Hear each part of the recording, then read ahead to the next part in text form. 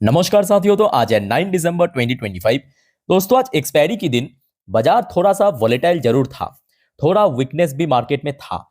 जहां पे Nifty 50 closing दिया 25,900 की जो क्रूशियल लेवल उसको तोड़ के नीचे आके 25,839 पॉइंट पे लगभग 0.47% गिरावट के साथ। बट साथियों आज सबसे नोटिसेबल पार्ट यह है कि आज mid cap, small cap and बहुत सारे पीएसयू सेक्टर शुरू में जितना वीक था ना, उसके बाद तुरंत रिकवर कर गया। और मैं दावे के साथ कह सकता हूं कि देखिए आज सुबह सुबह अगर आपने आपके पोर्टफोलियो को देखा या नोटिस किया, जितना खराब स्थिति में था ना, क्लोजिंग के समय उतना खराब स्थिति में नहीं था। क्या आपके पोर्टफोलियो की स्टेटस है, प्लीज बताइए। और उसके पीछे मेन कारण यह है कि जो पिछले काफी ट्रेडिंग डेज से mid cap, small cap, PS उसमें करेक्शन हो रहा है बैक टू बैक, वो कहीं ना कहीं आज रोक लग गया, मतलब रिकवर हुआ। अब आज अगर हम बात करें खास करके कुछ स्पेसिफिक सेक्टर में करेक्शन हुआ, जैसे कि देखिए बैंक निफ्टी सुबह जब ओपन हुआ था नो डाउट नेगेटिव में था, उसके बाद अगेन 59,000 की जो क्रूशियल लेवल उसको रिकवर किया, सक्सेसफुली रिक्लेम किया। और मोस्टली टाइम अगर आप देखेंगे सेकेंड हाफ में 59,000 के ऊपर ही था और क्लोजिंग भी दिया 59,222 पॉइंट पे। बाकी सेक्टर्स की बात करें, देखिए जैसे कि एमएनसी सेक्टर फिर भी सही था, मतलब कोई बहुत बड़ा इसमें करेक्शन देखने को नहीं मिला। सीडीटीवाई सेक्टर ये लगभग फ्लैट था। मेटल सेक्टर थोड़ा सा वीक था, बट बहुत वीक नहीं। अब जो अभी आपको मैं कह रहा था कि आज पीएसयू सेक्टर में बहुत अच्छा रिकवरी हुआ, तो उसका प्राइम एग्जांपल आप देख सकते हो। आज पीएसयू बैंक जो है लगभग 1.29% ऊपर आके क्लोजिंग दिया। बट प्राइवेट बैंक्स में, मतलब खास करके जो प्राइवेट बड़े बैंक है जैसे कि आईसीआईसी बैंक, एचडीएफसी बैंक, वो थोड़ा सा वीक पड़ गया और जिसके चलते बैंक निफ्टी आज पॉजिटिव में क्लोजिंग दे नहीं पाया, बट कोई गिरावट भी नहीं हुआ एट द एंड। अच्छा, पीएससी सेक्टर भी सही था। फार्मास्यूटिकल सेक्टर थोड़ा वीक था। मीडिया सेक्टर सही था। रियलिटी सेक्टर सही था, मतलब रिकवर किया है। सर्विस सेक्टर में आज थोड़ा वीकनेस देखने को मिला। फाइनेंशियल सर्विस सेक्टर भी थोड़ा सा वीक था। और सीपीएस सेक्टर पॉजिटिव में क्लोजिंग दिया। गिरावट हुआ आपके आईटी सेक्टर। अब देखिए आईटी सेक्टर में गिरावट होने के कारण तो है। सबसे पहली बात देखिए, कल रात में आपके साथ मैं शेयर भी किया था, यूएस मार्केट इतना वीक था, डॉ जोन्स, नैस्डैक सब अब नेगेटिव में क्लोजिंग दिया। ऊपर से आज एफएमसी मीटिंग की शुरुआत और कल उसकी आउटकम निकलेगा आपके 10 तारीख को, तो जिसके कारण आईटी थोड़ा सा नर्वस है, या आप कह सकते हो कि थोड़ा सा वीकनेस है। और आईटी सेक्टर में थोड़ा बहुत करेक्शन हुआ, यही वजह है कि आज निफ्टी 50 इतना नीचे आके क्लोजिंग। अदरवाइज देखिए ना, बैंक में कोई करेक्शन हुआ क्या? कोई डीपली नहीं हुआ। अच्छा, बाकी बात करें, एफएमसी सेक्टर ऑलमोस्ट फ्लैट था। ऑटो सेक्टर में आज थोड़ा करेक्शन हुआ। कंजप्शन सेक्टर थोड़ा वीक था, बहुत नहीं, थोड़ा ही वीक था।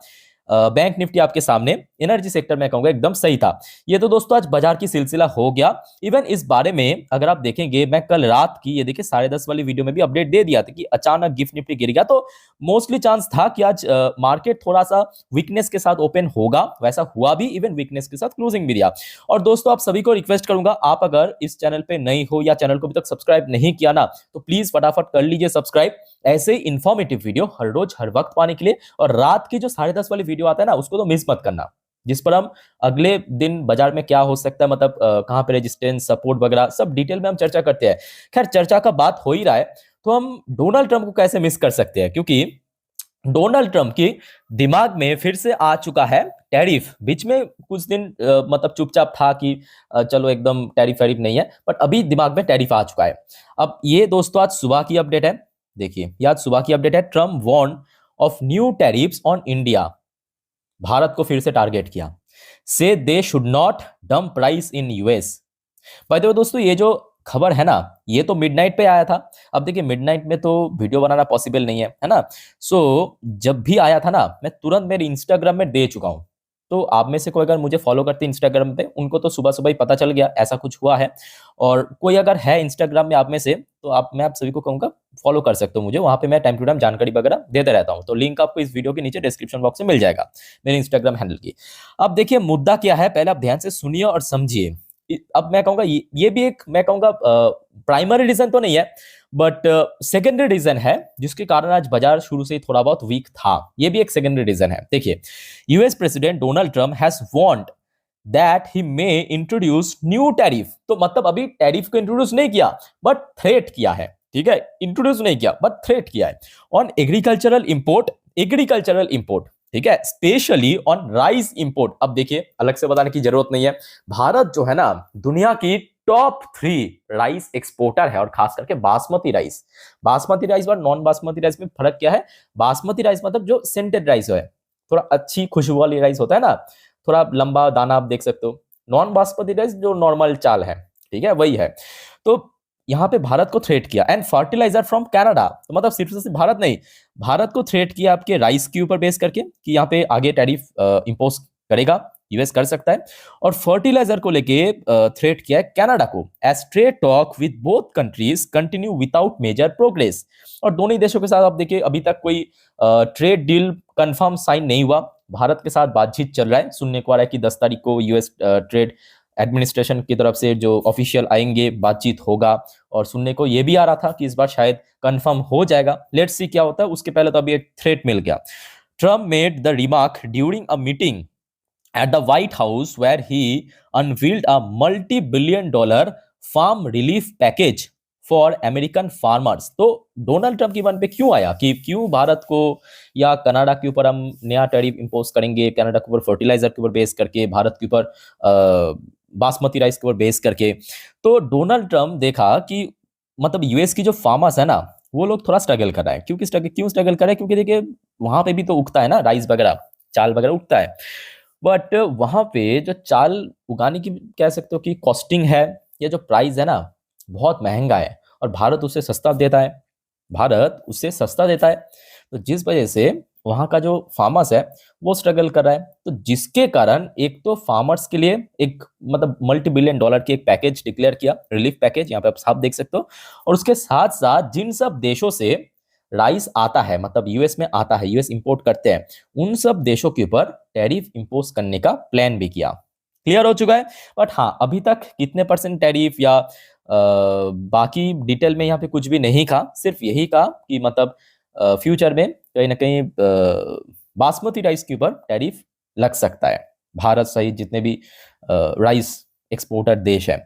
और जिसके चलते अगर आप देखेंगे जितने भी आपके राइस या आप कह सकते हो कि बासमती राइस एक्सपोर्टर स्टॉक्स है, जैसे कि L food sorry LT food सुबह में बहुत नीचे पहुंच गया था, बट अल्टीमेटली क्लोजिंग रिकवरी के साथ ही दिया है। दूसरी तरफ केआरबीएल, इसको भी आप देखिए सुबह इतना नीचे ओपन हुआ था, फिर एकदम से पॉजिटिव। मतलब मार्केट औकात दिखा दिया कि भाई चाहे आज की डेट में आप कितना भी थ्रेट करो, कोई फर्क पड़ने वाला नहीं है। जीआरएम ओवरसीज, ये भी आपके बासमती राइस की मतलब एक्सपोर्टर है, बाहर एक्सपोर्ट करते हैं। ये भी आप देखेंगे आज ओपन हुआ था लगभग नीचे ही, लगभग 439 रुपए तक पहुंच गया था। बट क्लोज होते होते अगर आप देखेंगे सीधा सीधा रिकवर भी कर गया। मतलब शुरू में थोड़ा बहुत वीक था, बट उसके बाद रिकवर कर गया। सो क्लियर हो चुका है। अब चलिए दोस्तों आगे बढ़ते हैं नेक्स्ट टॉपिक पे।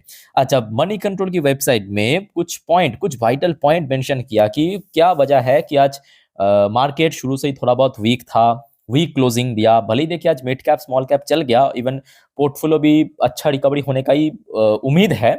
सो उसके बावजूद भी लार्ज कैप में गिरावट हुआ। अच्छा, सबसे वाला पॉइंट यहाँ पे यही मेंशन कि फेट आउटकम जीटर। तो मतलब कल 10 तारीख रात को, कल बुधवार रात को जो एफएमसी मीटिंग के आउटकम निकलेगा, उसको लेके मार्केट थोड़ा सा डाउटफुल है, थोड़ा कंफ्यूजन है। इस बार तो देखिए कंफ्यूजन होना जायज भी है, क्योंकि 25 बीपीएस रेट कट होगा नहीं होगा बुधवार रात को।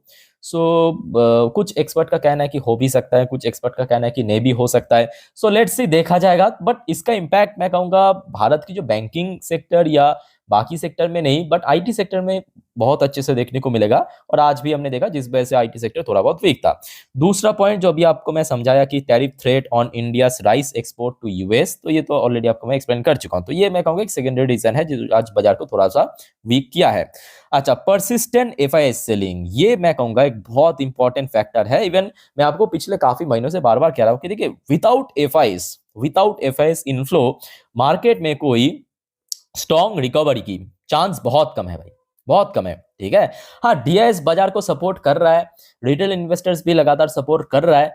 बट सपोर्ट करने से क्या होगा कि ठीक है सपोर्ट बन रहा है, मतलब नीचे बहुत ज्यादा स्लिप नहीं कर रहा है, बट ऊपर जाने के लिए एफआईएस की इन्फ्लो होना जरूरी है, जो कि आज मिसिंग है। दिसंबर महीने पे जितने भी ट्रेडिंग डेज खत्म हुआ है आज तक मिसिंग है, लास्ट डे भी थोड़ा बहुत सेल किया था। अच्छा, चौथा पॉइंट यहाँ पे मेंशन किया कि वीक ग्लोबल क्यूज। चलो आगे देखते हैं कि आज कितना वीक था बाकी मार्केट। अच्छा, एशियन पैसिफिक बाजार की अगर हम बात करें, जापानीज मार्केट तो आज बिल्कुल वीक नहीं था, पॉजिटिव में था। अच्छा, चाइनीज मार्केट आज थोड़ा वीक था। अच्छा, चाइनीज मार्केट क्यों वीक था? क्योंकि चाइना भी एक बहुत बड़ा राइस एक्सपोर्टर है, ये भी याद रखिए, चाइना भी एक बहुत बड़ा राइस एक्सपोर्टर है। हांगकांग की मार्केट भी आज काफी वीक था, लगभग 1.5% नीचे आके क्लोजिंग दिया। साउथ कोरियन मार्केट भी आज वीक था। तो बात तो सही है कि आज एशियन पैसिफिक की जितने भी टॉप इंडेक्स है वो थोड़ा सा वीक पड़ गया। ताइवानिश मार्केट थोड़ा वीक था, ऑस्ट्रेलियन मार्केट भी वीक था। खचरा भाई चल रहा है, खचरा आज भी रिकवर कर गया।